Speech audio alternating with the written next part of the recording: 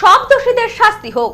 21শে জুলাইতে বার্তা শহীদ রতন মণ্ডলের পরিবারের, নতুন করে মামলা করার ইচ্ছা প্রকাশ।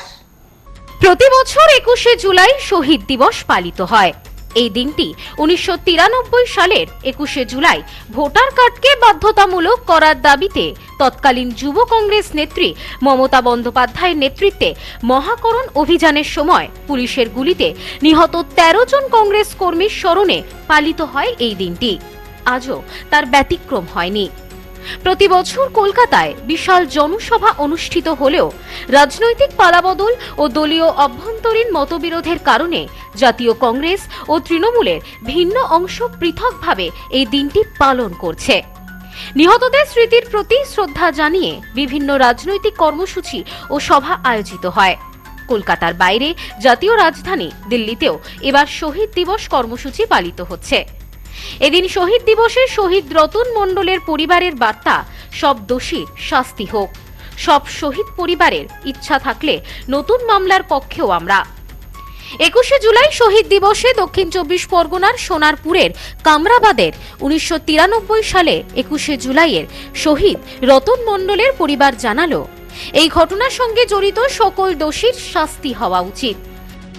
কোথায় যাবো আর কোথায় না যাবো, ওর থেকে চুপ করে থাকাই ভালো। আজকে তো যাচ্ছেন ওখানে মমতাদির ওখানে, মমতাদির ওখানে ছেলে কি করবে আমি ঠিক বলতে পারবো না। ছেলে কি করবে আমি জানি না। সদ্য লন্ডন থেকে চোখের অপারেশনের বিশেষ প্রশিক্ষণ নিয়ে ফিরেছেন ডাক্তার মোনাজির হোসেন। বনগাঁতে এই সর্বপ্রথম কোলফেকো, টোরিক, মাল্টিফোকাল ছানি অপারেশনের জন্য আসুন বনগাঁ আই কেয়ারে। পাশাপাশি সব শহীদদের পরিবারের সম্মতি থাকলে নতুন করে মামলা দায়েরের উদ্যোগেও সমর্থন করবেন তারা। এদিন কামরাবাদে বাড়ির কাছে শহীদ রতন মণ্ডলের শহীদ বেদিতে মাল্যদান করা হয়। শহীদ বেদিতে তৃণমূল কংগ্রেসের দলীয় পতাকাও লাগানো হয়। এই অনুষ্ঠানে শুধুমাত্র পরিবারের সদস্যরাই উপস্থিত ছিলেন। কোনো রাজনৈতিক দলের নেতা বা কর্মীকে সেখানে দেখা যায়নি। যদিও রাজ্যে পালাবদলের পর এবছর 21শে জুলাই শহীদ দিবস উপলক্ষে রাজ্যের বিভিন্ন প্রান্তে পৃথকভাবে কর্মসূচি পালিত হচ্ছে, তবে রতন মণ্ডলের পরিবারের এই বক্তব্য এবং নিজেদের উদ্যোগে শহীদ বেদিতে শ্রদ্ধা নিবেদন বিশেষ তাৎপর্য বহন করছে।